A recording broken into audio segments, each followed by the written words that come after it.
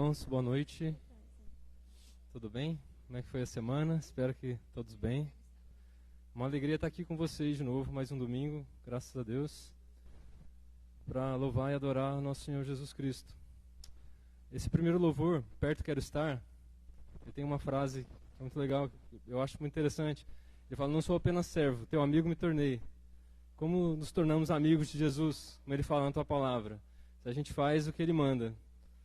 Então que ele nos dê um espírito, sabedoria para a gente ler a palavra dele essa semana e conseguir aplicá-la, conseguir respeitá-la, honrá-la com o poder do Espírito Santo. Amém?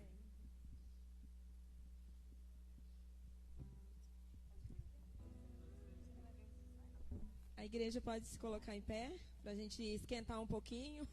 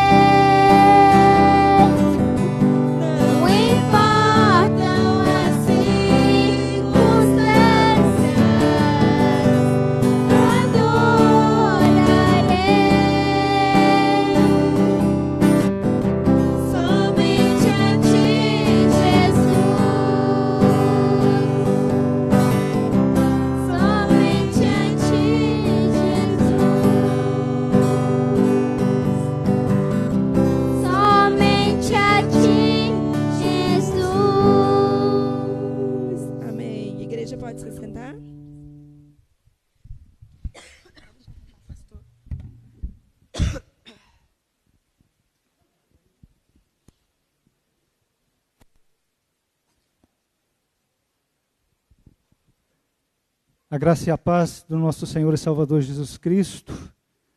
Eu peço aos irmãos que abram as suas Bíblias na carta aos Filipenses. Carta aos Filipenses, capítulo 1. Nós estamos estudando a carta aos Efésios. Filipenses é uma carta depois. Muito bem. Enquanto os irmãos abrem, a Bíblia é a palavra de Deus, não tem erro, é inerrante, e Deus se revela a nós através da sua palavra, e Deus se agradou em se revelar a nós por meio de uma história. É uma grande história, que tem um começo, um meio e um final, como todas as outras histórias. Uma história que tem um começo rápido, um meio bem longo, e nós estamos nesse meio. E Deus coloca na palavra dele algumas circunstâncias no meio dessa história, de tal maneira que nós possamos analisar, ver estas circunstâncias e melhor entender a história como um todo. Deus coloca padrões na sua história. Eu peço que os irmãos se atentem. Padrão, uma circunstância que por vezes acontecem durante toda a história. E essa carta aos Filipenses tem um padrão de abrir mão daquilo que não é mais importante, para reter, para ter aquilo que é extremamente importante. Abrir mão daquilo que não se pode reter, para ter aquilo que não se pode comprar. Filipenses capítulo 1, versículo 21.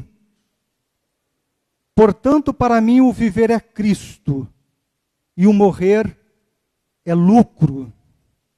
O apóstolo Paulo, ele está na circunstância dessa carta, está preso, está passando por grande dificuldade, passando fome, sede, a privação da liberdade. E nessa circunstância, ele diz e escreve essa carta, que é uma carta de alegria e felicidade, direcionada à igreja de Filipe, aos filipenses. E ele diz que, no final desse versículo, morrer é lucro.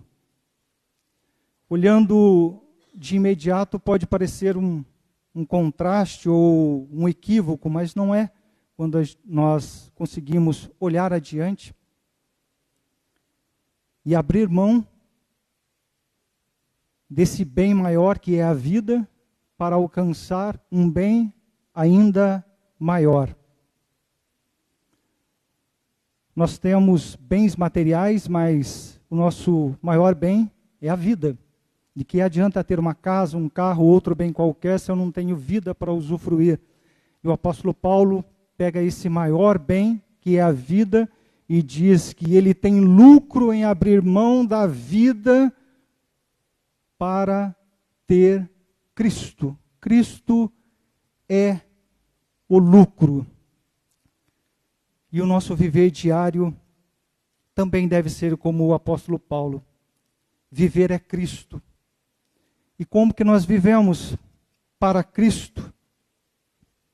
Versículo 27 do capítulo 1 mesmo. Vivei acima de tudo por modo digno do Evangelho de Cristo. Viver de forma digna do Evangelho de Cristo. Enquanto igreja, sem partidarismo, capítulo 2, versículo 3, mas com humildade, considerando cada um superiores a si mesmo. Vamos virar a página, pegar o capítulo 3, versículo 7, é no mesmo sentido, 3, 7. Mas o que para mim era lucro, isto considerei perda por causa de Cristo. Sim, deveras considero tudo como perda por causa da sublimidade do conhecimento de Cristo Jesus, meu Senhor, por amor do qual perdi todas as coisas, e as considero como refúgio para ganhar a Cristo e ser achado nele.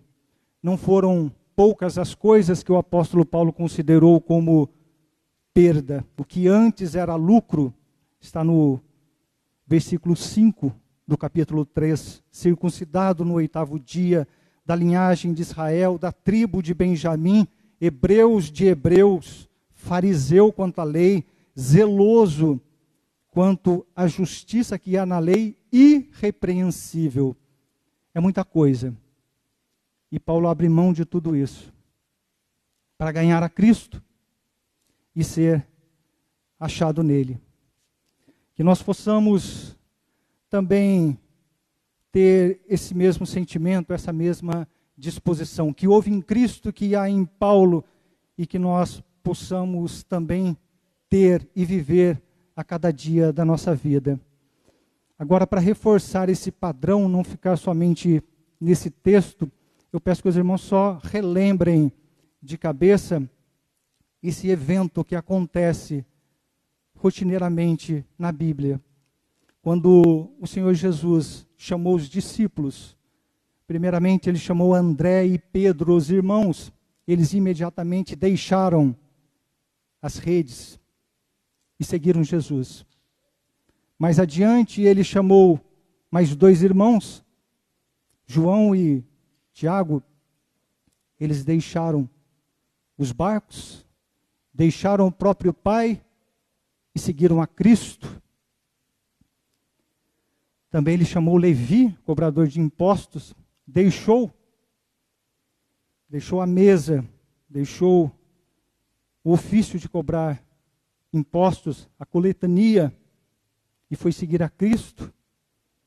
Também Zaqueu, embora não fosse um discípulo, um seguidor de Jesus, quando Jesus hospedou na casa dele, o tempo que ele teve com Jesus, ele foi o suficiente para ele refletir e abrir mão da metade de tudo que ele tinha.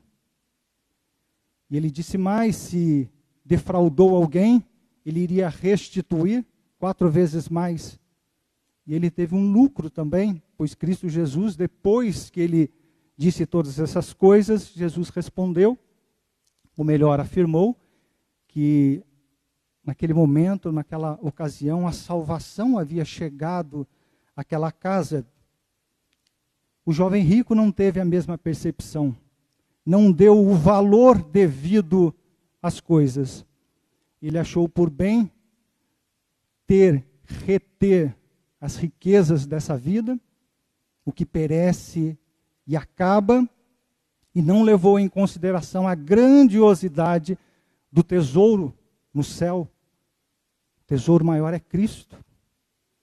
A beleza maior é Cristo. E para encerrar também tem 2 parábolas que contam desse mesmo padrão. A gente vai lembrar da parábola do tesouro que estava escondido numa terra, né? Aquele homem que achou aquele tesouro, ele vendeu tudo que tinha. E com muita alegria foi e comprou aquele terreno para adquirir o tesouro.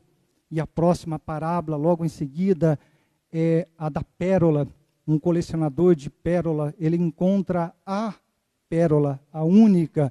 Ele também vende tudo que tinha para conquistar essa pedra. Que nós possamos ter esse discernimento, essa sabedoria, esse entendimento para dar valor ao que realmente tem valor e abrir mão daquilo que não é essencial, daquilo que não podemos reter. Eu peço aos irmãos para orarmos e encerrar, segundo Filipenses 1, capítulo 20, parte final, quando o apóstolo Paulo diz que ele sempre engrandeceu o Cristo no corpo dele, mesmo quando estava em liberdade, e naquele momento ele estava encarcerado, mas mesmo naquela situação, Cristo será engrandecido no meu corpo, quer pela vida, quer pela morte. Que Cristo seja engrandecido no nosso viver. Senhor Deus e Pai, maravilhoso é o Senhor, nós te louvamos e bendizemos e rendemos graças a Ti, Pai, pela salvação em Cristo Jesus, porque o Senhor nos deu a preciosidade maior, o tesouro maior, o Senhor nos deu aquilo que nós não conseguiríamos alcançar, e não conseguimos, Pai, ninguém consegue alcançar esse supremo prêmio, supremo tesouro, essa suprema bondade do Senhor de nos dar Cristo Jesus, nosso Senhor e nosso único e suficiente Salvador, Pai.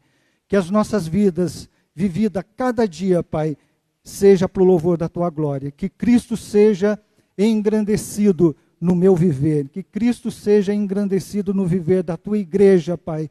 Que todos os irmãos e irmãs, Pai, possam ter alegria, contentamento do Senhor. Que o Senhor nos veja do céu, se alegre em nós, Pai. Que possamos ser a Tua coroa, Senhor.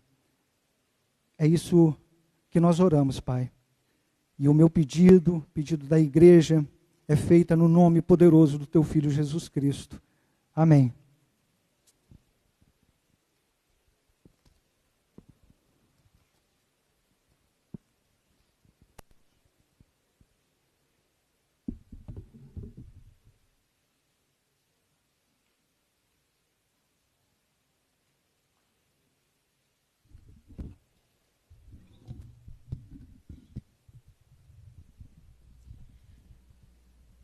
Boa noite, irmãos, mais uma vez.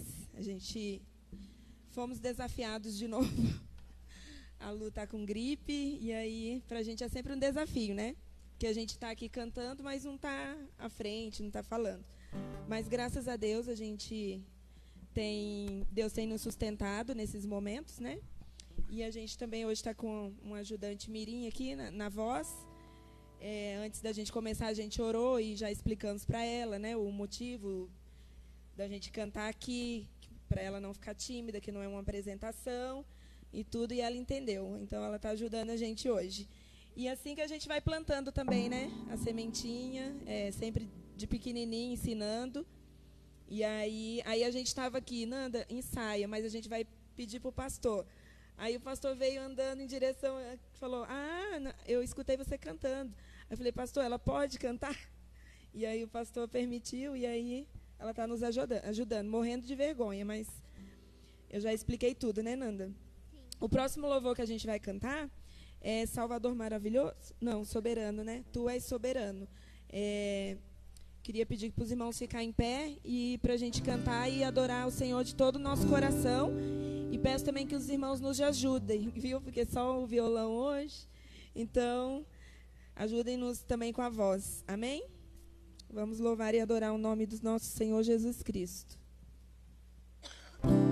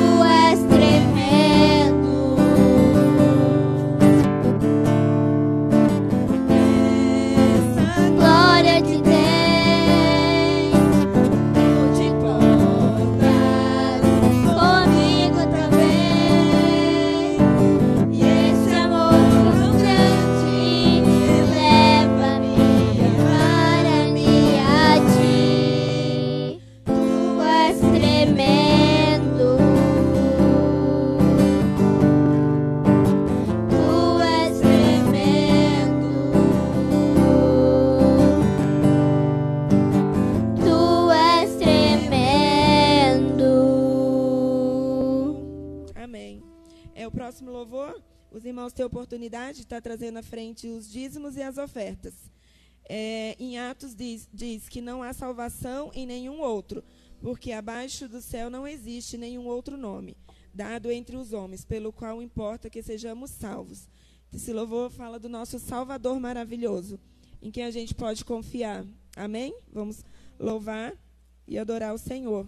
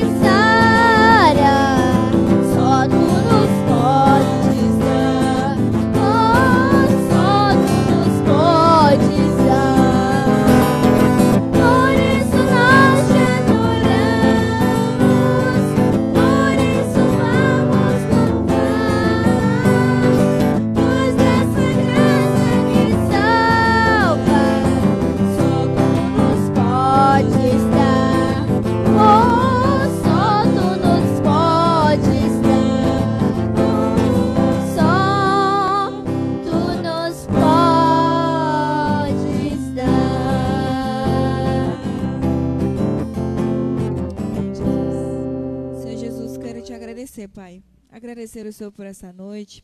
Agradecer ao Senhor por os desafios que são lançados para nós diariamente.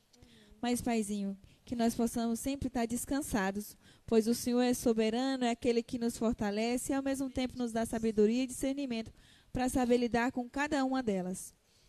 Pai, peço que essa noite o Senhor possa estar usando a vida do pastor Fernando, o Senhor Jesus trazendo a sua palavra, que o Senhor possa abrir os nossos ouvidos, o nosso coração para entendermos e compreender a tua palavra.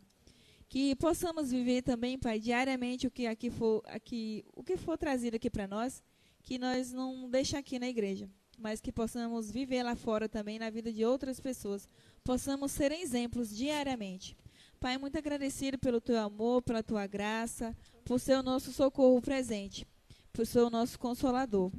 E por ter, Pai, nos salvado, por ter morrido naquela cruz por cada um de nós.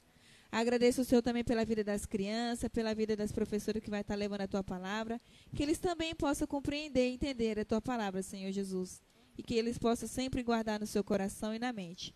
É isso que eu te peço e te agradeço em nome do nosso Senhor Jesus. Amém.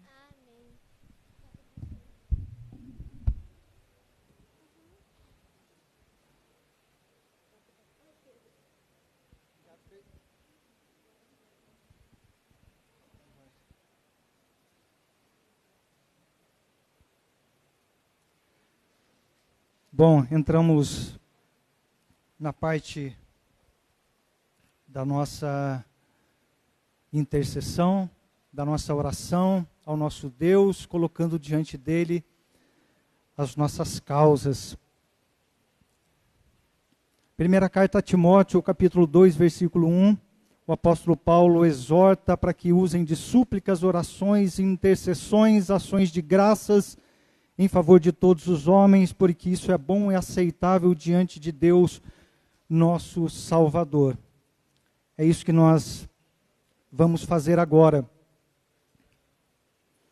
Quero colocar alguns agradecimentos e depois os nossos pedidos, e aí nós oramos de uma forma geral por todos os pedidos.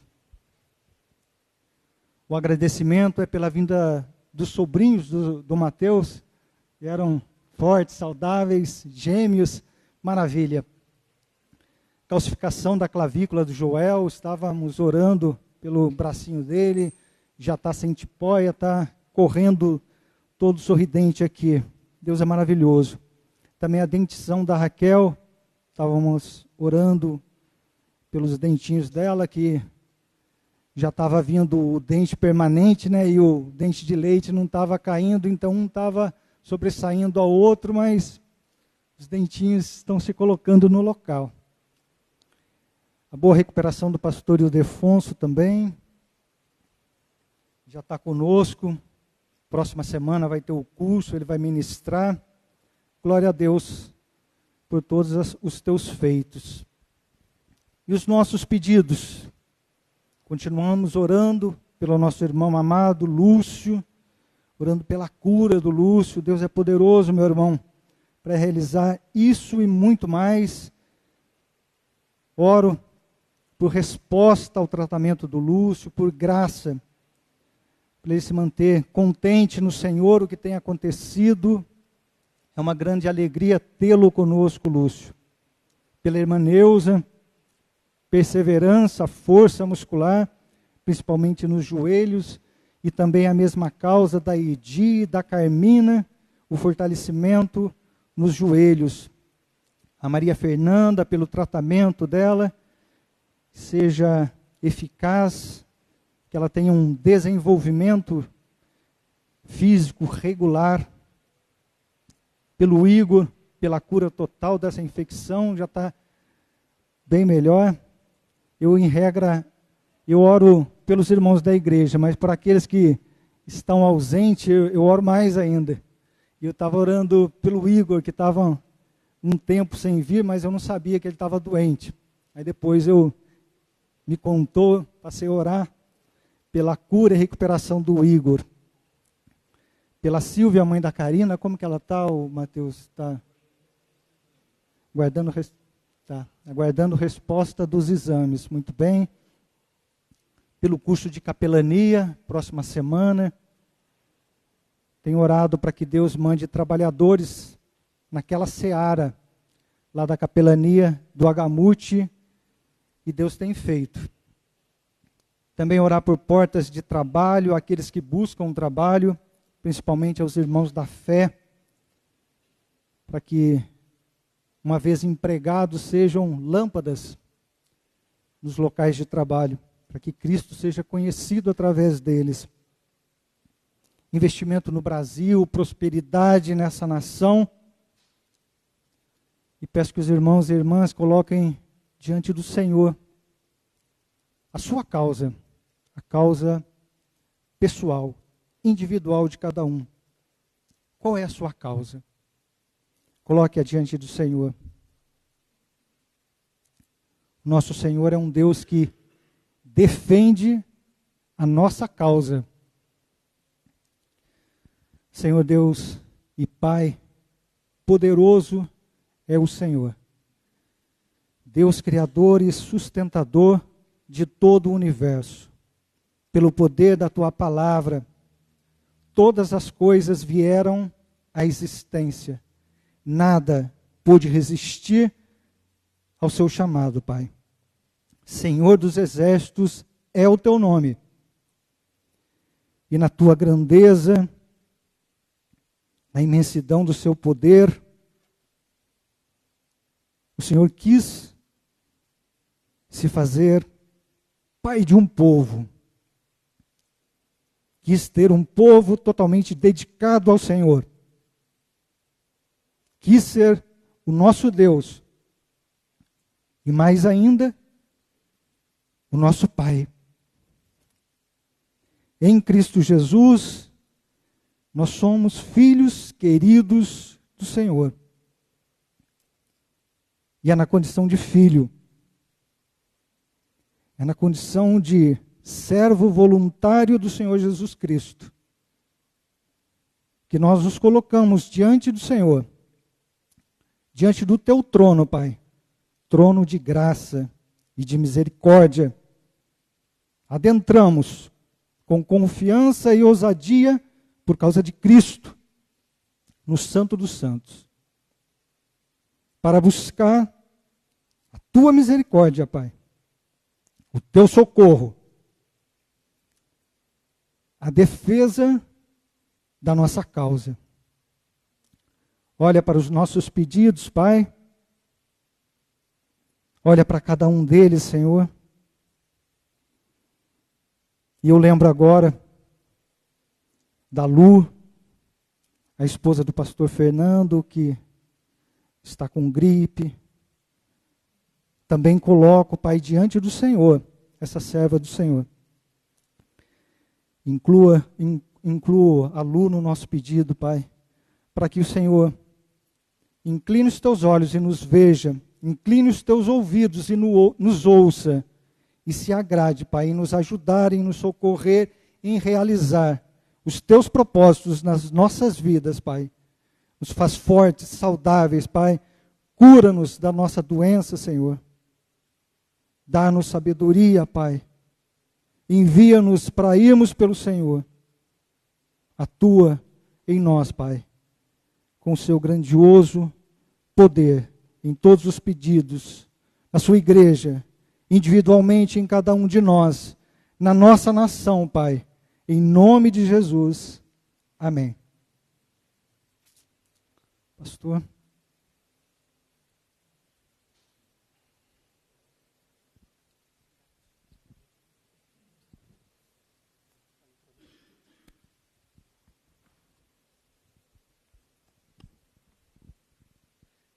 Boa noite, irmãos, a graça e a paz do nosso Senhor Jesus, amém? Pedi para o Pedro dar uma encostada ali, que está entrando um vento bem gelado ali, quem está nesse canto aqui sente bastante. E se alguém precisar, de repente, ir ao banheiro, é só passar por aqui, que aí não precisa também pegar chuva. Muito bem, irmãos, convido vocês a abrirem suas Bíblias em Efésios, capítulo 3, dando continuidade nesta série de mensagens.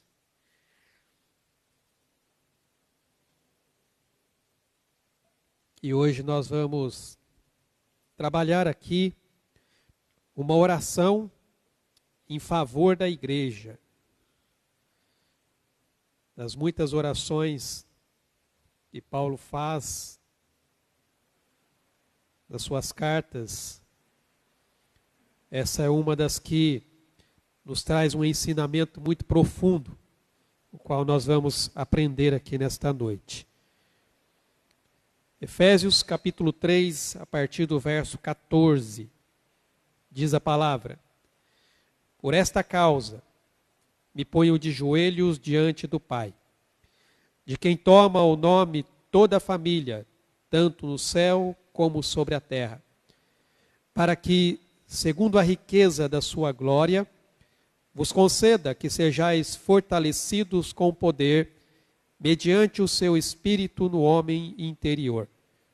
E assim habite Cristo no vosso coração pela fé, estando vós arraigados e alicerçados em amor, a fim de poderdes compreender com todos os santos qual é a largura e o comprimento e a altura e a profundidade, e conhecer o amor de Cristo, que excede todo o entendimento, para que sejais tomados de toda a plenitude de Deus. Ora, aquele que é poderoso para fazer infinitamente mais do que tudo quanto pedimos ou pensamos, conforme o seu poder que opera em nós, a ele seja a glória na igreja e em Cristo Jesus, por todas as gerações, para todo o sempre. Amém. Vamos orar mais uma vez. Pai amado, nós te agradecemos e louvamos ao Senhor pela tua palavra, a revelação, ó Deus, da tua vontade para as nossas vidas. É através dela que nós, ó Deus, tomamos conhecimento de quem é o Senhor, da revelação, ó Pai, do teu plano de salvação, através da história, revelado e mostrado em seu Filho Jesus. E eu peço a Deus neste momento a direção e a unção do teu Espírito Santo, ó Pai, sobre a minha vida, no ministrar, ó Deus, da tua palavra, que para que possamos, ó Deus, estar aqui falando aquilo que o Senhor, ó Deus, tem a tratar conosco nesta noite. E que cada um, ó Deus, tenha seus ouvidos atentos e corações abertos daquilo, ó Deus, que o Senhor tem, ó Pai, a ministrar sobre a nossa vida.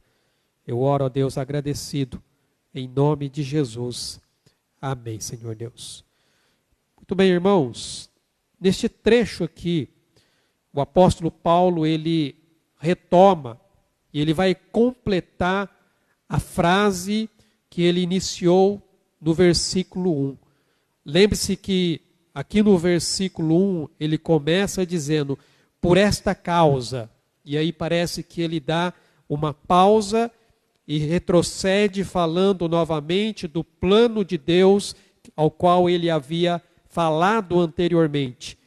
Então aqui ele retoma novamente aquilo que ele iria, na verdade, dizer a partir ali do versículo 1, onde ele vai também concluir a sua oração intercessória pela igreja de Éfeso, o qual ele iniciou no capítulo 1, quando ele faz a sua primeira menção sobre a oração aqui, a partir do versículo 16, quando diz, não cesso de dar graças por vós, fazendo menção de vós nas minhas orações, para que o Deus de nosso Senhor Jesus Cristo, o Pai da glória, vos conceda espírito de sabedoria e de revelação no pleno conhecimento dele, iluminados os olhos do vosso coração, para saberdes qual é a esperança do seu chamamento, qual a riqueza da glória da sua herança nos santos,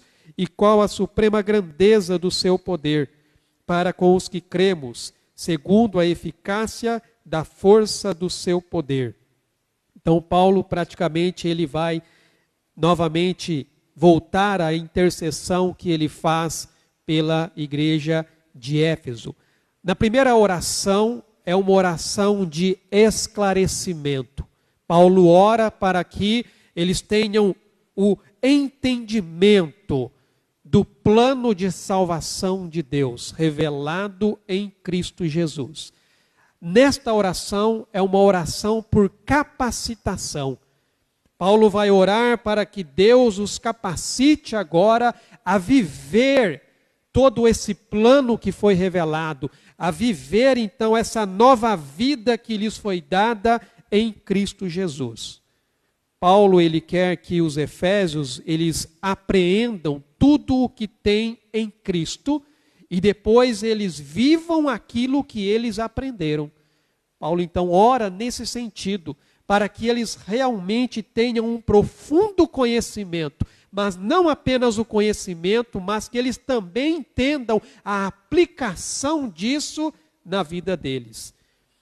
O apóstolo aqui ora para que os seus leitores, o que nos inclui hoje, compreendam profundamente o mistério de Deus revelado em Cristo, buscando então que eles não somente aprendam, mas apreendam aqui com alegria essa esperança e a confiança em Jesus, reconhecendo então o poder de Deus que começa a unir todas as coisas. O foco da oração é para que eles conheçam plenamente o amor de Cristo. Porque quanto mais profundo for esse conhecimento, mais a igreja vai refletir a unidade, a harmonia e a paz que Deus ele começou a restaurar e restaurará completamente na nova criação.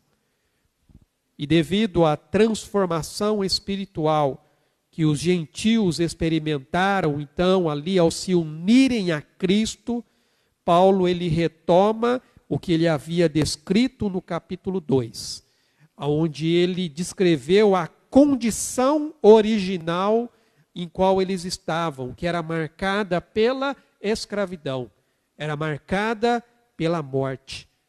E essa mudança extraordinária para uma nova vida de riqueza e também de glória, leva então Paulo a orar para que eles possam vivenciar plenamente essa posição elevada que lhes fora concedida em Jesus. Paulo quer que eles entendam completamente e plenamente aonde Cristo os colocou. Esse trecho do capítulo 3 que nós lemos, destaca para nós a importância da oração como um pilar fundamental na vida e na missão da igreja. A oração, irmãos, é um ato de comunhão com Deus. A oração, ela é um meio de nós expressarmos a nossa gratidão, a nossa adoração, a nossa confissão, a nossa intercessão e a busca pela vontade do Pai. Na vida da igreja, a prática da oração, ela é essencial para se manter, então, essa comunhão com Deus.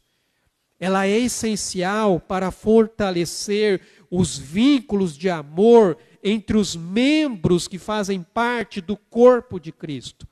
Ela é essencial para buscar a direção de Deus em todas as atividades e decisões do próprio corpo de Cristo. É por meio da oração que vemos o poder de Deus agindo para transformar vidas. Nós vimos aqui semana passada o testemunho da irmã Nancy. Um testemunho poderoso de Deus, operando na vida dela. Então a oração é onde nós vemos que é o meio de Deus renovar as nossas esperanças. É o meio de Deus fortalecer a fé daqueles que se dedicam para ela. Irmãos, porque se não fosse assim, qual seria a razão de orarmos? Se não fosse para ver o poder de Deus atuando, agindo, renovando a esperança no coração das pessoas, fortalecendo a fé daqueles que realmente se dedicam a ter essa comunhão com Deus, qual seria a razão de nós orarmos? Na vida da igreja, a oração, ela acessa a fonte de poder espiritual. O poder que nos capacita a enfrentar os desafios. O poder que nos capacita a superar as adversidades. O poder que nos capacita a cumprir com o propósito de Deus, com coragem, com determinação. Irmãos, quando a igreja ela está unida em oração, ela se torna uma força imparável. Ninguém pode parar uma igreja que ora. Ela é capaz de vencer os obstáculos e manifestar então o reino de Deus de forma poderosa. Porque é o próprio Senhor que batalha pelo seu povo. É o próprio Senhor que realmente está ali à frente, lutando pela sua igreja. Em Atos, capítulo 4, nós temos um relato de logo depois que Pedro e João foram soltos, após ali serem proibidos de falarem no nome de Jesus. Agora preste atenção, capítulo 4, a partir do verso 23. Uma vez soltos, procuraram os irmãos e lhes contaram quantas coisas lhes haviam dito os principais sacerdotes e os anciãos. Ouvindo isto, unânimes, levantaram a voz a Deus e disseram: Tu, soberano Senhor, que fizeste o céu, a terra, o mar e tudo o que neles há, que disseste por intermédio do Espírito Santo, por boca de Davi, nosso pai, teu servo, por que se enfureceram os gentios e os povos imaginaram coisas vãs? Levantaram-se os reis da terra e as autoridades ajuntaram-se a uma contra o Senhor e contra o seu ungido. Porque verdadeiramente se ajuntaram nesta cidade contra o teu santo servo, Jesus, ao qual ungiste Herodes e Pôncio Pilatos, com gentios e gente de Israel, para fazerem tudo o que a tua mão e o teu propósito predeterminaram. Agora, Senhor, olha para as suas ameaças e concede aos teus servos que anunciem com toda a intrepidez a tua palavra. Enquanto estendes a mão para fazer curas, sinais e prodígios, por intermédio do nome do teu santo servo Jesus. Agora preste atenção. Tendo eles orado, tremeu o lugar onde estavam reunidos. Todos ficaram cheios do Espírito Santo e com intrepidez anunciavam a palavra de Deus. Irmãos, o que esses homens, o que essa igreja fez diante da ameaça que fora feita a eles? Eles recuaram? Eles ficaram com medo? Não. A palavra diz que eles levantaram a voz a Deus unânimes. Eles oraram a Deus para Deus lhes darem ousadia, para Deus operar milagres, para Deus fazer prodígios. E qual foi a resposta?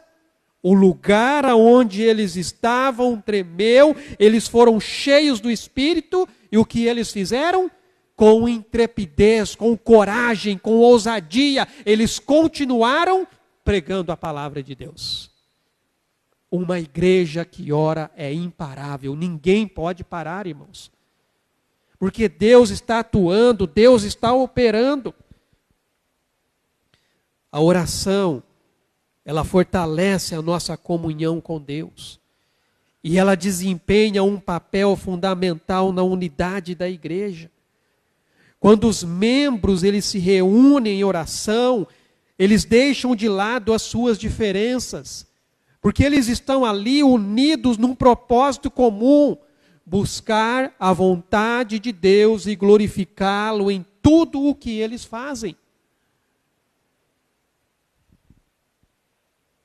A oração promove a harmonia, o respeito mútuo, a solidariedade entre os membros da igreja. A oração, ela cria um ambiente de amor, de comunhão, que é essencial para um testemunho eficaz do Evangelho.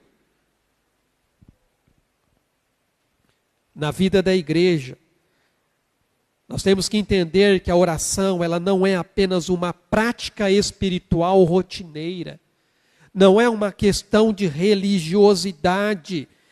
Irmãos, a oração é uma poderosa ferramenta de transformação, de atuação de Deus.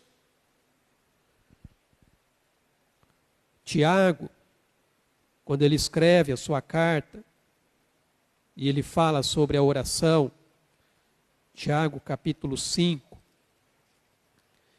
ele vai dizer o seguinte, a partir do verso 16. Confessai, pois, os vossos pecados uns aos outros e orai uns pelos outros, para serdes curados.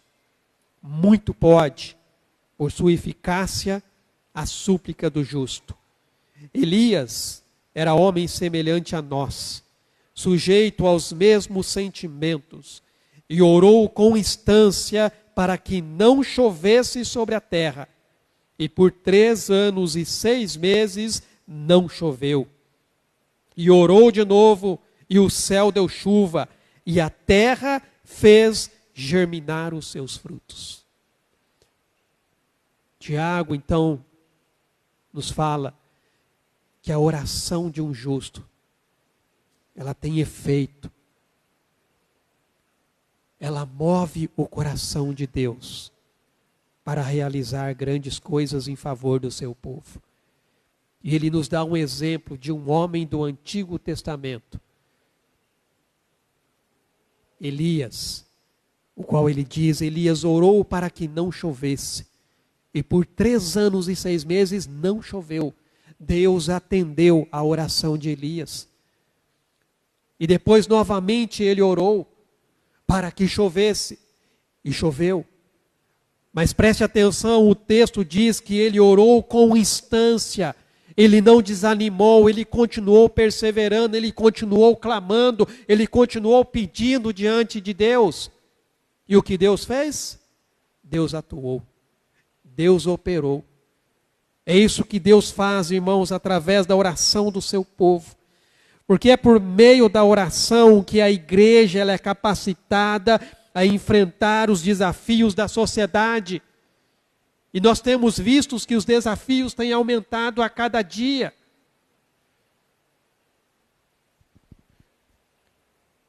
A oração nos capacita a ministrar as necessidades dos desfavorecidos, a ter um olhar de misericórdia para aquele que está precisando. A oração, ela nos capacita a proclamar o Evangelho com ousadia e com amor, assim como aconteceu ali na igreja de Atos. A oração, irmãos, nos capacita a ser agentes de mudança, a manifestar o poder do reino de Deus num mundo cheio de trevas. É isso que a oração faz. E muitas vezes, nós não valorizamos isso. O nosso tempo de oração com Deus. Não só na nossa individualidade, não só naquele momento em que você está lá, no seu quarto, na sua casa, orando a Deus, mas também como igreja.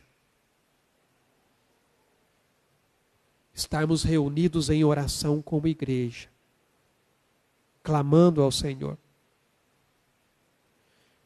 A primeira coisa que nós aprendemos aqui nesse texto é um clamor a Deus Pai pelo seu povo.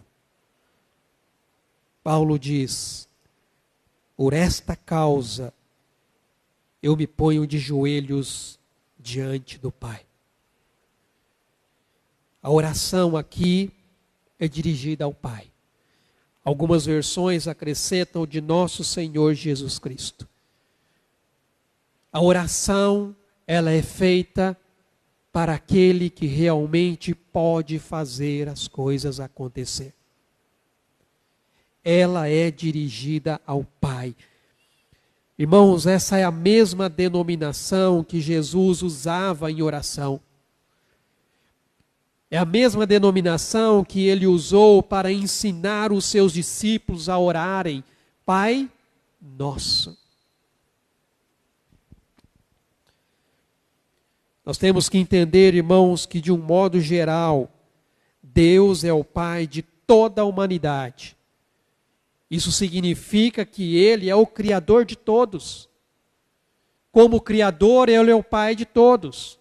Porém, nós temos que ver que essa relação paternal que é descrita, ela refere-se à intimidade que somente aqueles que são da família de Deus podem ter com o seu Criador. Deus, Ele é o Pai, irmãos, de todos aqueles que em Cristo se tornaram filhos e filhas e agora pertencem à família de Deus. Então, como filho, como filha, você pode se dirigir a Ele como Pai. João escreve no seu evangelho, dizendo que somente aqueles que são filhos têm esse privilégio. Em João capítulo 1, versículo 12, diz: mas a todos quantos o receberam, deu-lhes o poder de serem feitos filhos de Deus, a saber, aos que creem no seu nome, os quais não nasceram do sangue, nem da vontade da carne, nem da vontade do homem, mas de Deus. Quem pode chamar a Deus de Pai? Somente aqueles que são filhos. Somente aqueles que entregaram a sua vida a Cristo, que reconhecem que Jesus é o seu Senhor, é o seu Salvador. Esses agora são filhos e filhas de Deus e podem dirigir-se a Ele como Pai. E Deus é o Pai a quem temos acesso por meio de Cristo. Paulo, ele encoraja os efésios a se verem não mais como gentios. Lembre-se que se nós voltarmos aqui no capítulo 2, versículo 19, ele diz: assim já não sois estrangeiros e peregrinos, mas concidadãos dos santos e sois da família de Deus. Vocês agora pertencem à família de Deus.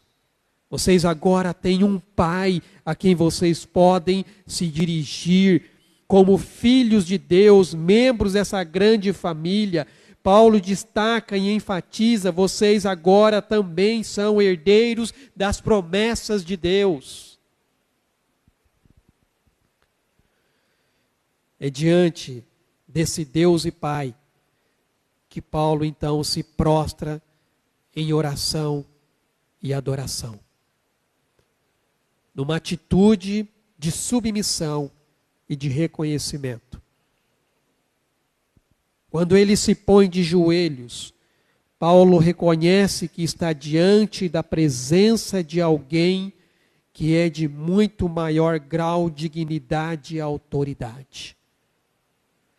O apóstolo, irmãos, ajoelhou-se em oração, não porque essa posição era a posição sagrada, mas sim como uma expressão espontânea da sua reverência a Deus durante o seu momento de oração.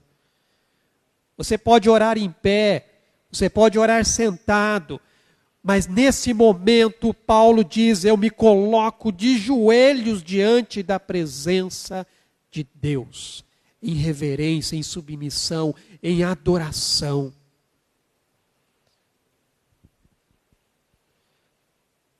Quando ele se refere ao fato de toda a família, tanto as que estão no céu, quanto as que habitam a terra, representa todos os santos de todas as eras, desde o princípio até o fim. Isso inclui tanto aqueles que já partiram, quanto aqueles que ainda vivem em Cristo.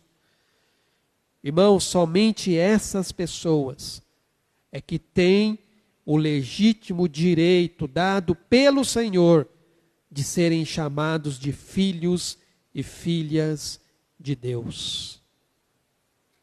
Todos que exerceram e exercem a sua fé em Jesus têm acesso a esse privilégio. Porque é privilégio, irmãos. Embora Deus nos tenha dado esse direito, mas é um privilégio você poder dirigir-se a Deus, falar diretamente com o Senhor, clamar pelo nome dEle.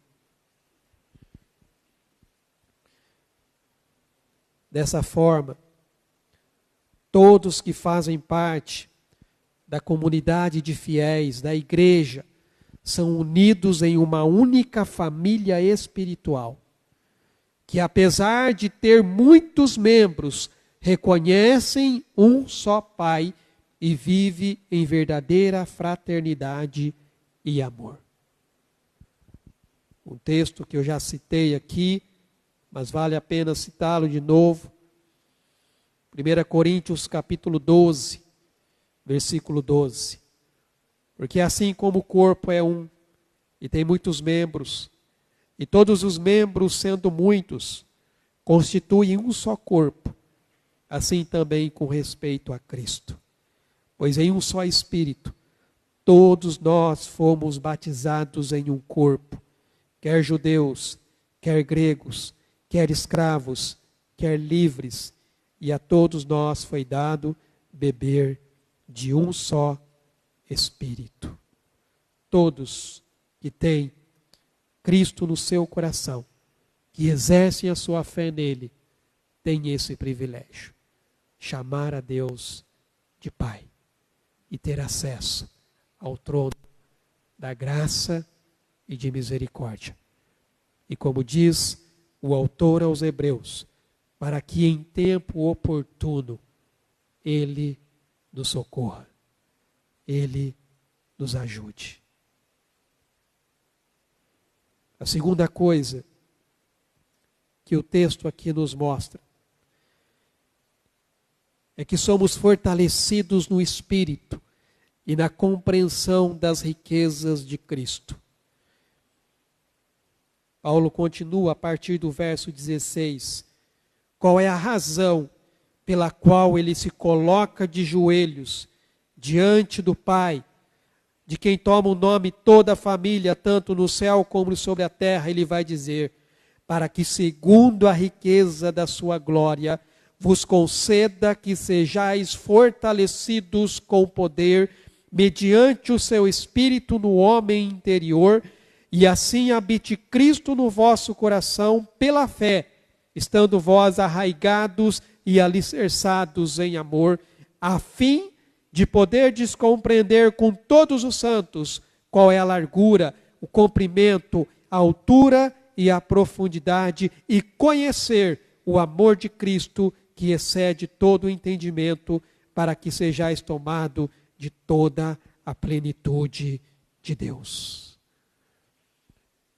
Irmãos, Paulo, em vez de orar para Deus mudar as suas circunstâncias, lembre-se, quando ele escreveu essa carta, ele estava preso, aguardando o seu julgamento. Talvez ele pudesse orar: Senhor, porque o Senhor permitiu que eu ficasse aqui, que eu fosse preso? Eu estou fazendo a tua obra, eu estou pregando a tua palavra. Ele podia orar nesse sentido: Senhor, me liberte, eu quero sair dessa prisão. Mas ele não ora por isso. Paulo não ora para Deus mudar as suas circunstâncias. Paulo não ora pedindo bênçãos materiais para os efésios. O apóstolo Paulo, irmãos, nas suas orações, ele se concentra em questões espirituais profundas. Se você pegar todas as orações que Paulo faz, você vai perceber claramente que o foco dele está nas questões espirituais e não materiais. Isso nos leva a refletir sobre a forma como frequentemente nós oramos, seja por nós ou uns pelos outros. O apóstolo aqui nos leva a pensar sobre os problemas que vêm sobre a nossa vida de forma circunstancial. Uma doença, a perda de um emprego, o rompimento de uma relação, dificuldades financeiras. Isso é circunstancial, irmão. São situações que nós vamos viver nesta vida. São situações que nós iremos passar.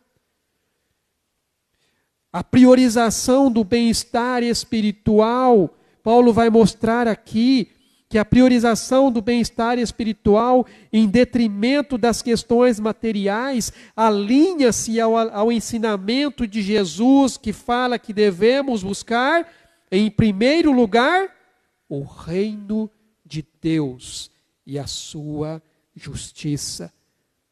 E ele nos orienta, então, a dar prioridade nas questões espirituais sobre as preocupações materiais. que são a maior causa de nossas ansiedades e medos.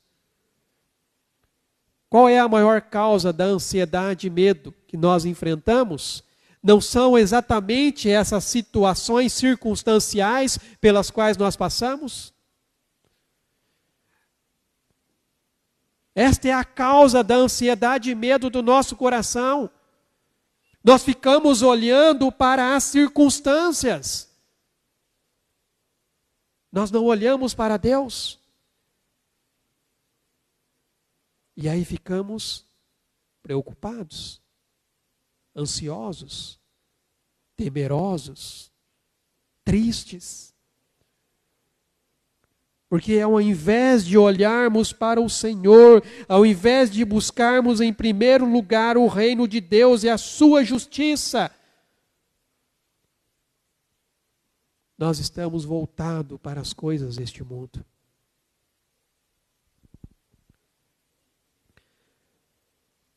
Quando você vai para o Evangelho de Mateus, capítulo 6, texto que com certeza você conhece muito bem,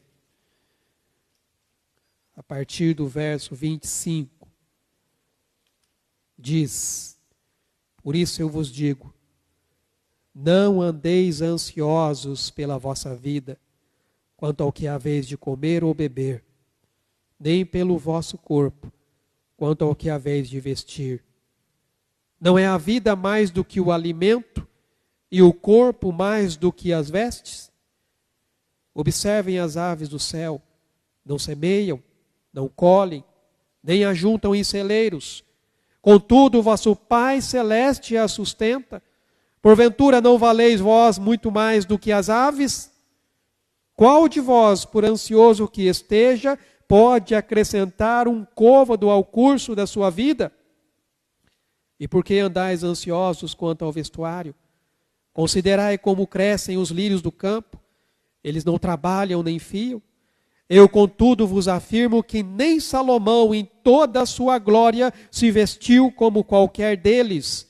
Ora, se Deus veste assim a erva do campo, que hoje existe e amanhã é lançada no forno, quanto mais a vós outros, homens de pequena fé? Portanto, não vos inquieteis dizendo: que comeremos, que beberemos, ou com que nos vestiremos? Porque os gentios é que procuram todas estas coisas, pois vosso Pai Celeste sabe que necessitais de todas elas. E aí vem o texto: buscai, pois, em primeiro lugar o seu reino e a sua justiça, e todas estas coisas vos serão acrescentadas. Com o que você está preocupado? O que está incomodando o seu coração? Jesus está dizendo: não ande ansioso. Deus cuida de cada detalhe. Deus cuida dos animais, Deus cuida das plantas. Não vai cuidar de você?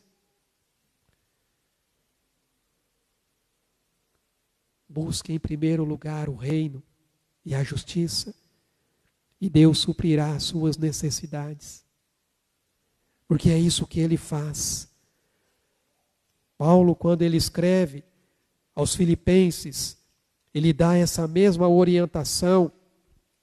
Filipenses capítulo 4, versículo 6. Não andeis ansiosos de coisa alguma. Veja o que ele está dizendo. Não andeis ansiosos por esse motivo, ou por aquele. Ele está dizendo de coisa alguma. Não ande ansioso por coisa alguma, em tudo, porém, sejam conhecidas diante de Deus as vossas petições, pela oração e pela súplica, com ações de graça. E qual é o resultado? E a paz de Deus, que excede todo o entendimento, guardará o vosso coração e a vossa mente em Cristo Jesus. Esse é o resultado daquele que confia no Senhor. Esse é o resultado daquele que sabe descansar em Deus. A paz que excede todo o entendimento, guarda o seu coração e a sua mente. Pedro, escrevendo também a sua carta, ele vai dizer: lançando sobre ele toda a vossa ansiedade. Literalmente, jogue aos pés do Senhor qual é a preocupação que você tem. Lance isso aos pés de Deus, porque Ele conhece o seu coração. Às vezes em casa, eu e a Luciana, a gente conversa algumas coisas em relação até ao nosso futuro. E aí a gente fica imaginando situações. E se determinada coisa acontecer? Não tem problema. Eu falo para ela: a nossa vida está nas mãos do Senhor. Ele sabe exatamente o que é melhor para nós. E durante toda a nossa caminhada de fé, juntos, Ele nunca nos desamparou. Passamos por dificuldades? Sim, passamos. Passamos às vezes por alguns apertos? Sim, passamos. Mas Deus nunca deixou faltar nada que fosse necessário para suprir a nossa necessidade. Ele sempre entrou com a providência. Então, quando fala em relação ao futuro, você tem medo do futuro? Não. Porque o meu futuro está nas mãos daquele que está assentado no trono e tem o controle de todas as coisas. Esse é o Deus a quem nós servimos, irmãos. No nosso dia a dia e até mesmo em nossas orações, muitas vezes é mais fácil valorizar as riquezas materiais do que as espirituais. Contudo, irmãos, para quem é espiritual, as insondáveis riquezas espirituais em Cristo é que são verdadeiramente valiosas. O profeta Isaías, ele lança um desafio para o povo de Israel.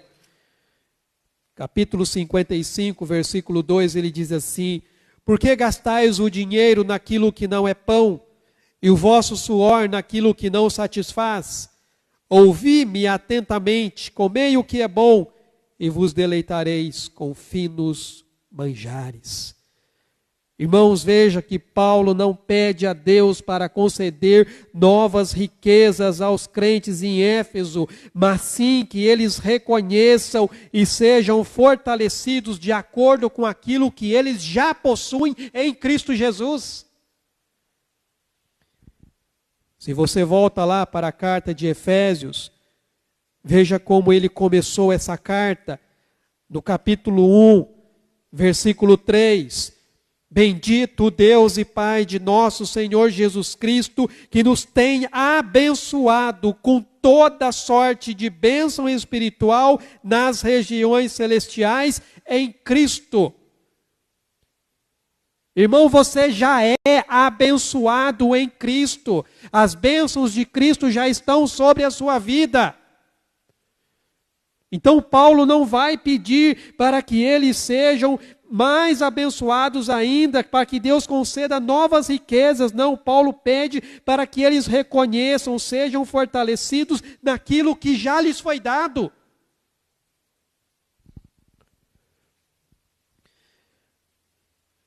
É interessante notar que o apóstolo Paulo, ele aborda os problemas da vida com seriedade, reconhecendo as dificuldades sem diminuí-las. Paulo não diminui as dificuldades que ele enfrenta, ele reconhece. No entanto, ele nos leva aqui a pensar sobre onde devemos colocar a nossa mente e coração para ter uma nova perspectiva dos problemas que enfrentamos nessa vida. É isso que ele está nos ensinando. Tenha um olhar mais espiritual das coisas. Tire os seus olhos desse mundo. Novamente, Jesus nos ensina, lá no Evangelho de Mateus, naquele mesmo capítulo, capítulo 6, a partir do versículo 19, ele vai dizer aqui: não acumuleis para vós outros tesouros sobre a terra, onde a traça e a ferrugem corroem e onde os ladrões escavam e roubam. Mas ajuntai para vós outros tesouros no céu, onde traça nem ferrugem corrói e onde ladrões não escavam nem roubam. Porque onde está o teu tesouro, aí estará o teu coração. E aí eu pergunto para você nessa noite: aonde está o teu coração? Aonde está o teu coração? Nas coisas desse mundo? As traças e a ferrugem corroem, os ladrões roubam. Mas se você estiver com os seus olhos nos tesouros espirituais, ninguém vai tirar isso de você. Ninguém tira isso de você. Irmãos, o segredo da força que nos mantém de pé é a presença de Cristo, por meio do seu Espírito em nosso ser interior, onde nós temos que estar arraigados, alicerçados em amor. Nós precisamos, irmãos, ser fortalecidos porque nós somos fracos. Nós precisamos, irmãos, ser fortalecidos porque o diabo é astucioso. Porque o nosso homem interior, ou seja, a nossa mente, o nosso coração e a nossa vontade, depende do poder de Deus para viver em santidade. Ao longo da carta, nós vemos que Paulo aqui, ele está preocupado que a leitura seja esclarecedora acerca da obra redentora de Deus na história e no coração daqueles que creem. E quando nós voltamos aqui para o texto de Efésios, quando ele diz assim: para que segundo a riqueza da sua glória vos conceda que sejais fortalecidos com poder. A ideia aqui é ser energizado, literalmente, irmãos, é o Espírito Santo que nos dá a força necessária para que a gente possa enfrentar as lutas que nós temos neste mundo. E aí ele vai continuar dizendo: e assim habite Cristo no vosso coração pela fé, estando vós arraigados e alicerçados em amor.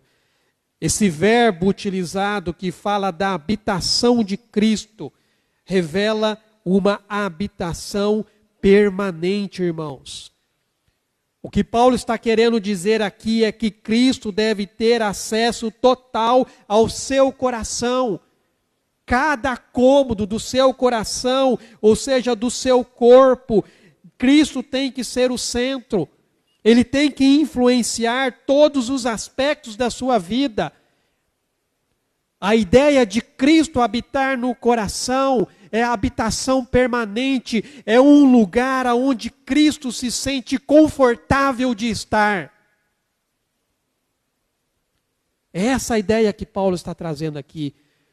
Cristo tem que estar confortável no seu coração.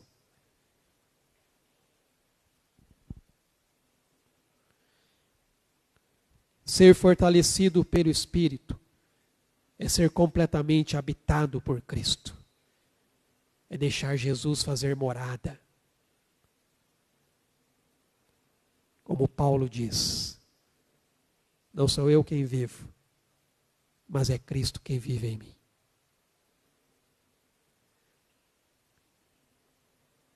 O fortalecimento pelo Espírito e essa habitação completa de Cristo nos levam então a ser profundamente enraizados e fundamentados em amor.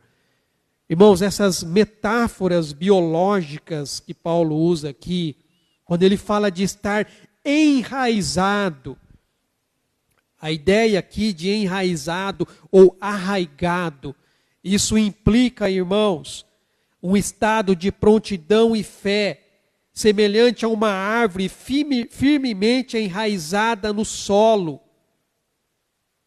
O problema, irmãos, é que muitos cristãos estão buscando se firmar em Cristo, desenvolver o fruto do Espírito, sem ter práticas espirituais na sua vida. Estar enraizado em Cristo. Mas ele usa também uma metáfora arquitetônica, porque ele diz que precisamos estar alicerçados. A ideia aqui, irmãos, implica que a fé e a vida espiritual dos cristãos devem ser construídas sobre uma base sólida. E essa base é Cristo, é a palavra, é a prática da palavra de Deus na sua vida. Quando Jesus vai encerrar o sermão da montanha, ele encerra contando ali a parábola dos 2 fundamentos.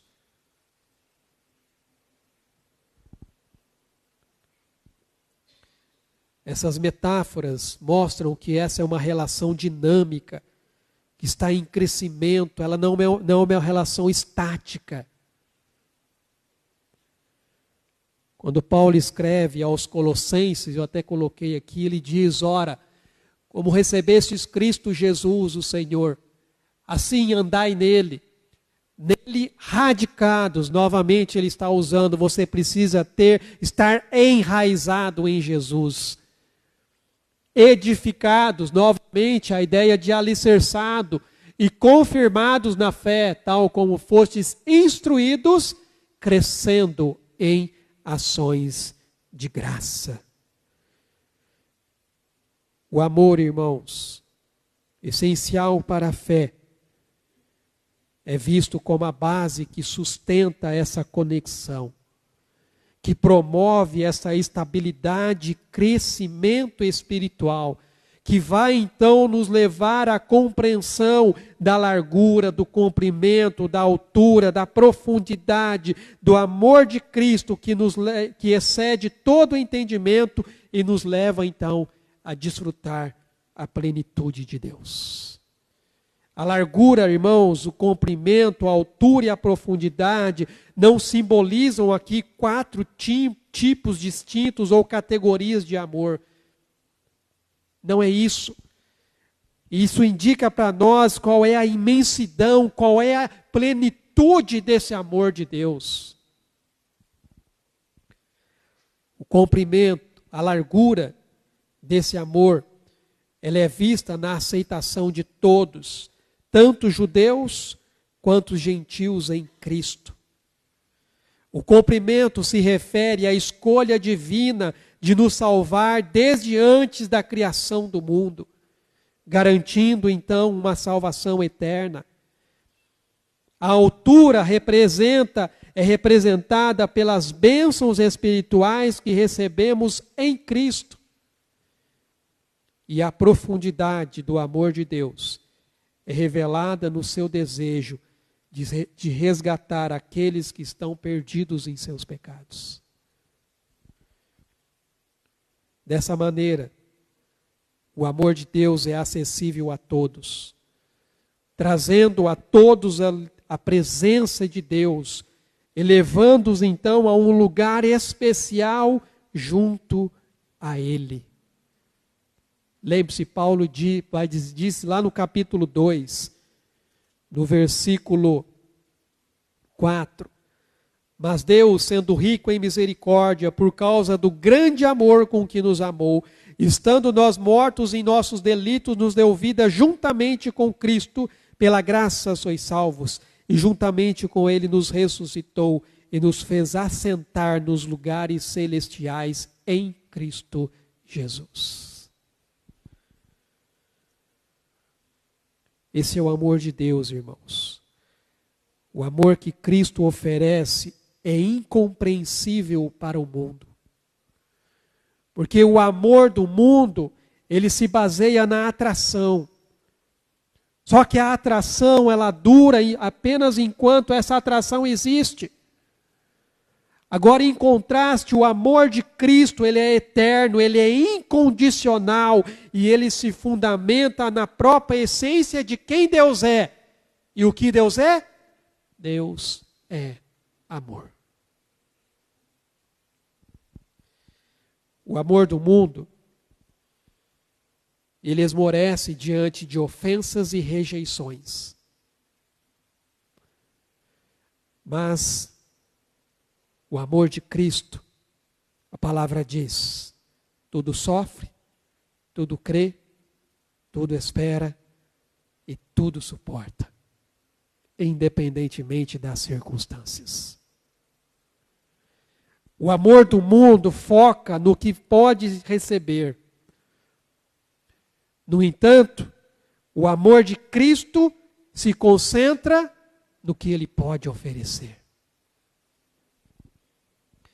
Para quem é filho de Deus, essa é uma realidade diária e natural, que deve ser vivenciada e experimentada todos os dias.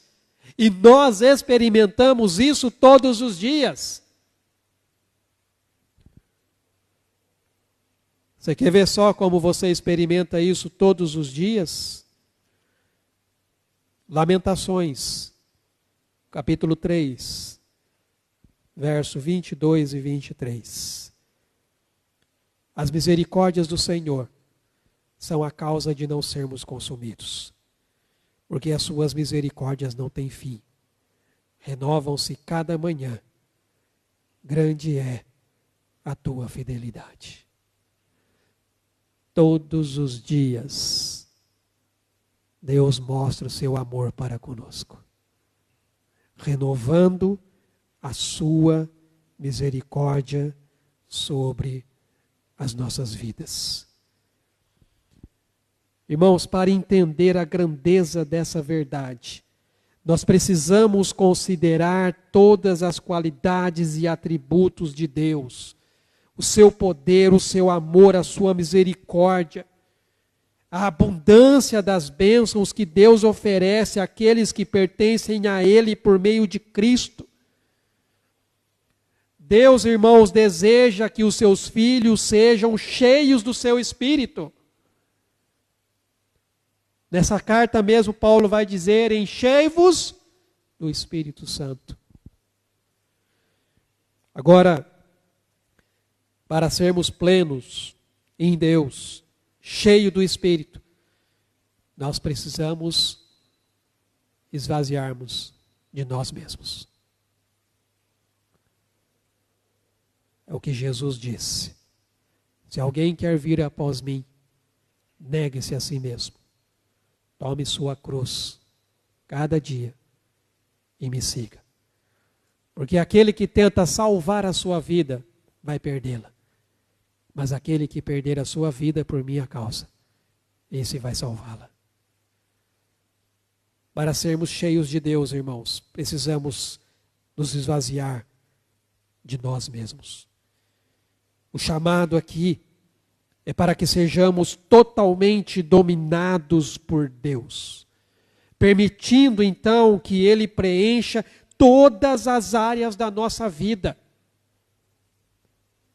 É a presença do Senhor em nós. Eu quero passar aqui um trecho de um filme que com certeza você talvez já tenha assistido, mas ele traz uma ilustração dessa grandeza de Deus que Ele quer nos oferecer e quer que nós experimentemos. Eu vou pedir para passar, se puder apagar a luz.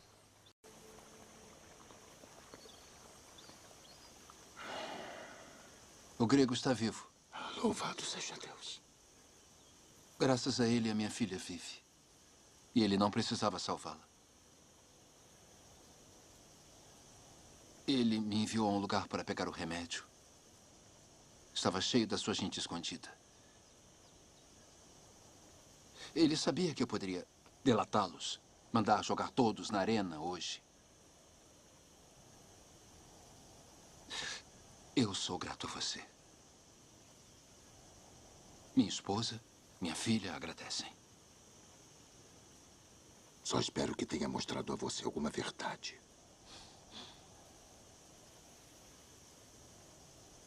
Eu lamento muito o cerco de Nero. E lamento pela sua gente que morreu hoje.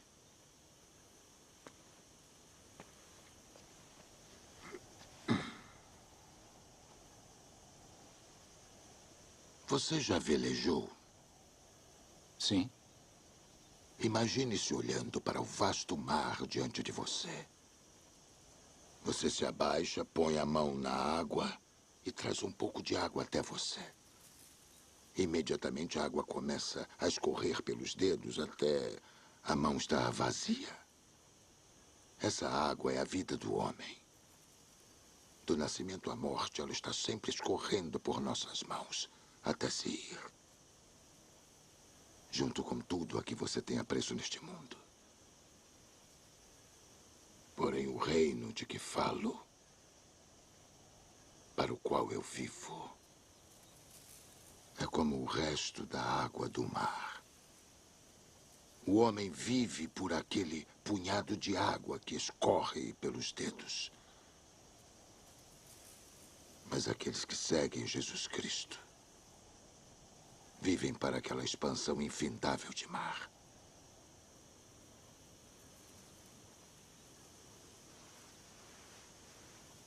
E se, depois disso, eu ainda não acreditar no seu Cristo? Eu não tentei convencer você.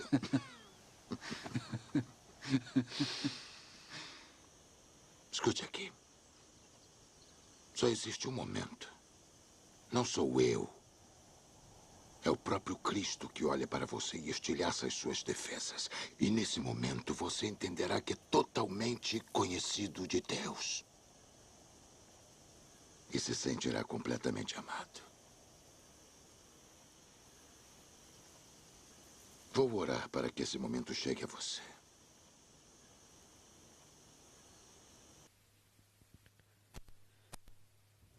Pelo que você está vivendo?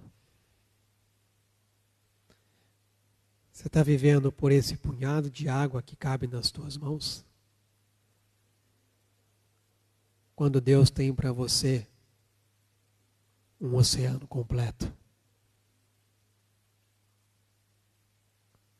É isso que Deus tem para nós, irmãos.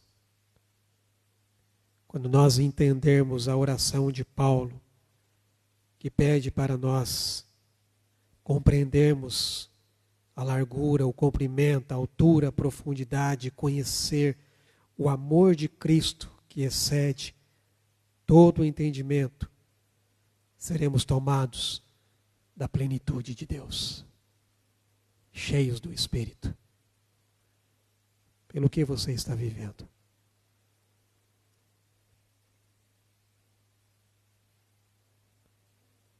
Paulo finaliza esse trecho dando a glória devida ao Deus Todo-Poderoso. Ele diz: ora, aquele que é poderoso para fazer infinitamente mais do que tudo quanto pedimos ou pensamos, conforme o seu poder que opera em nós. A Ele seja a glória, na Igreja e em Cristo Jesus, por todas as gerações, para todo sempre. Amém. Irmãos, Paulo conclui com louvor e gratidão. Ele nos lembra que Deus é capaz de realizar muito mais do que nós podemos imaginar ou desejar. Isso acontece através da igreja, através de Cristo. O apóstolo já pedia grandes coisas, mas ele entendia que os seus pensamentos e aspirações mais sublimes nunca vão esgotar os recursos de Deus. Deus sempre vai fazer muito mais, além daquilo que nós pensamos ou imaginamos no nosso coração. É por isso que ele, no final de tudo, afirma a abundante provisão de Deus para os seus filhos. Deus responde às nossas orações por meio do poder que opera em nós, que é o seu Espírito. O Espírito que conhece o nosso coração. O Espírito que, quando nós nem mesmo sabemos como orar, Ele intercede por nós, com gemidos inexprimíveis, porque Ele conhece a mente de Deus. Ele sabe qual é a vontade de Deus.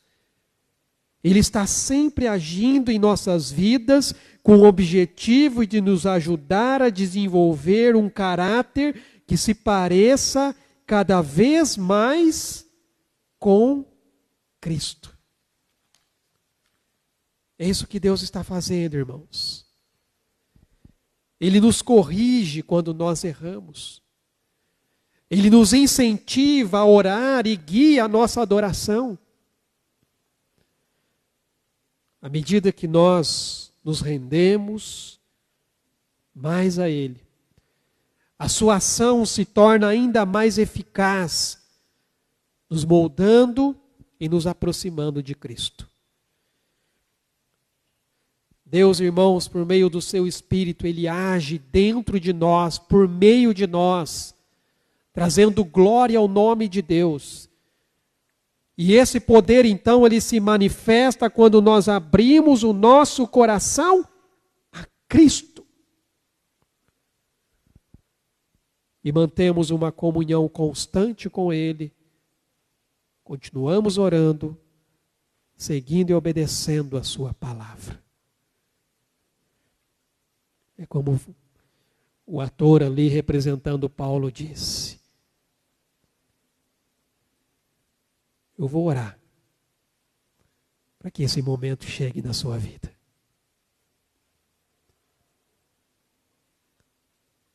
E ele te diz algo que é marcante. Ele diz: olha, é Cristo. É Cristo quem estilhaça o seu coração.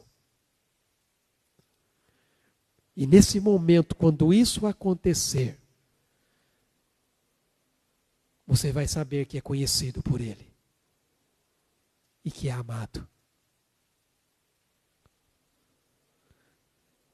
Por isso, não há razão para nos sentirmos infelizes, porque nós estamos juntos de Cristo, cheios da plenitude de Deus, como Paulo termina dizendo, a quem deve ser dada toda a glória na igreja e em Cristo Jesus, por todas as gerações, para todo o sempre.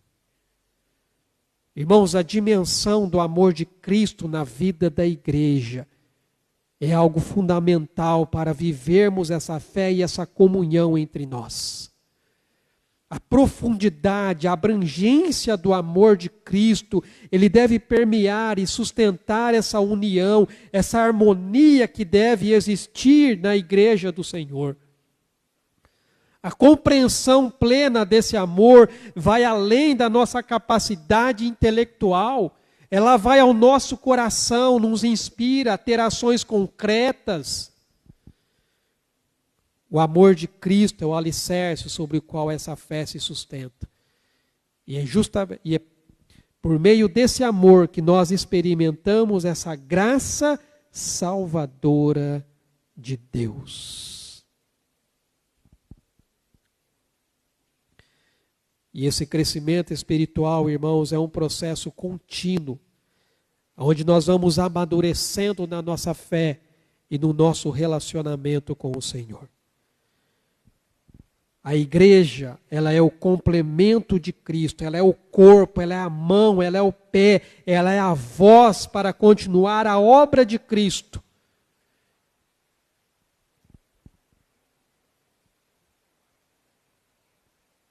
E Cristo, irmãos, não faz isso se a igreja não estiver em comunhão, conhecendo e experimentando o amor sem limites que Ele pode nos dar.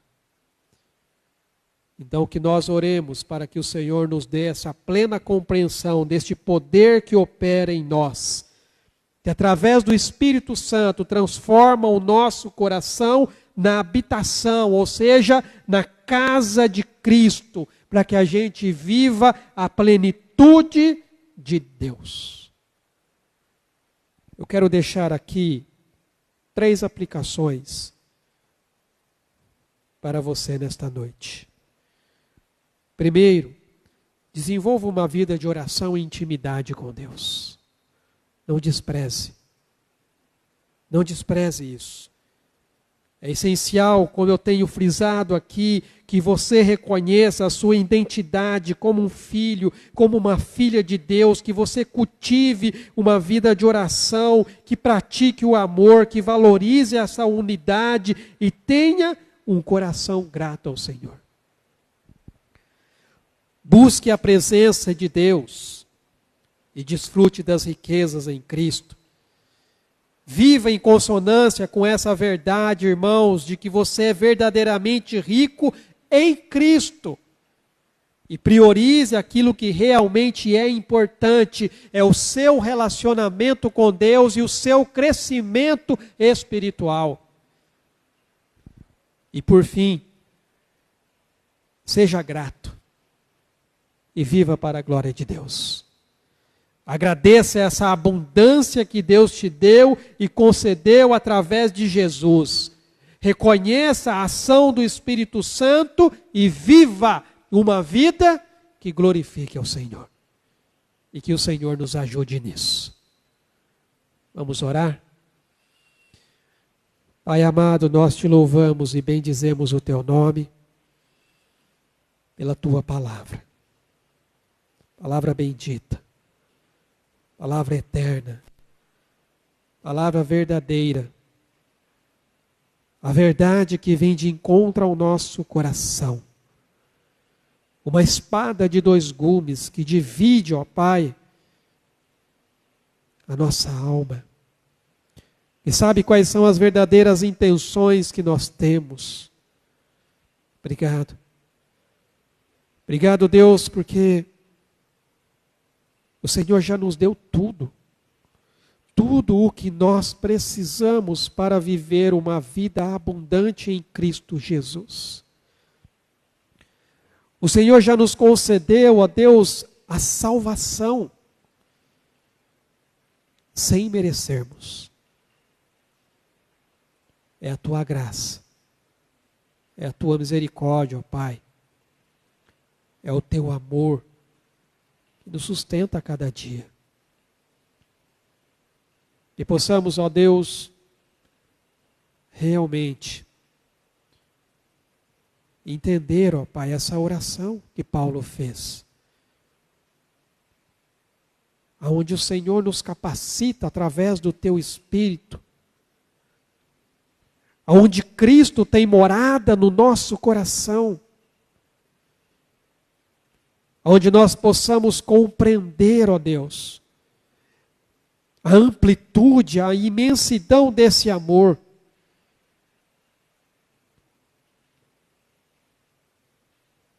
Obrigado, Pai, porque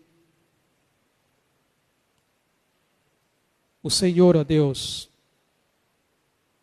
na tua grandeza e majestade, estendeu as suas mãos para nós. Que nós agora possamos, ó Deus, viver as verdades que o Senhor tem nos revelado na tua palavra.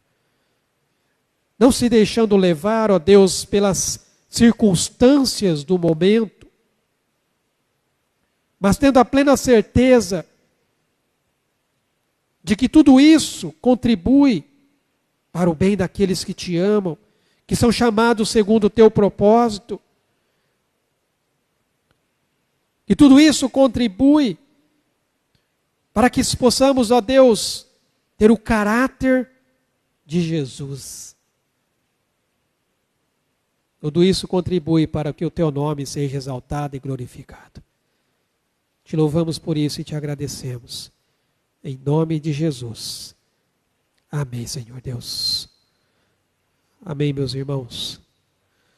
Só um aviso, lembrando aos irmãos, então, no próximo sábado, agora sim, próximo sábado, o nosso curso de capelania aqui na igreja, começando às 8h30, indo por volta ali até por volta de umas 5 horas da tarde. Então, se você ainda não fez a inscrição, ainda dá tempo, lembrando que é R$150, é só você fazer lá o pagamento e você já vai estar inscrito, então, no curso de capelania, onde nós estamos procurando aí trabalhar com pessoas, treinando pessoas para nos auxiliar no ministério que o Senhor tem nos colocado para fazer ali no hospital. Vamos nos levantar, vamos orar e agradecer ao Senhor por esse tempo que nós passamos aqui. Pai amado, nós te louvamos e agradecemos ao Senhor, ó Deus, por esse tempo tão gostoso, ó Pai, e proveitoso que nós passamos aqui, juntos como igreja, como família, como povo, como corpo. Obrigado, Deus, porque o Senhor tem manifestado, ó Deus, a Tua graça sobre as nossas vidas. O Senhor tem operado, ó Pai, na vida do Teu povo e da Tua igreja. Nós te louvamos por isso. Que o Senhor, ó Pai, nos ajude a continuar, ó Pai, nessa caminhada, buscando a Tua presença. A presença, ó Pai, que nos fortalece a cada dia. Que o Senhor nos conceda uma semana abençoada, ó Pai, direcionada pelo Teu Espírito Santo. E que a graça do nosso Senhor Jesus Cristo, o amor de Deus, o nosso Pai, e as ricas consolações e a comunhão do Teu Espírito Santo seja com o Teu povo, que se reúne neste local e em toda a face da terra, até aquele grande dia, o dia em que nós estaremos para sempre com o Senhor. Em nome de Jesus. Amém, Senhor Deus. Deus abençoe, amados. Tenha uma semana na presença do Senhor.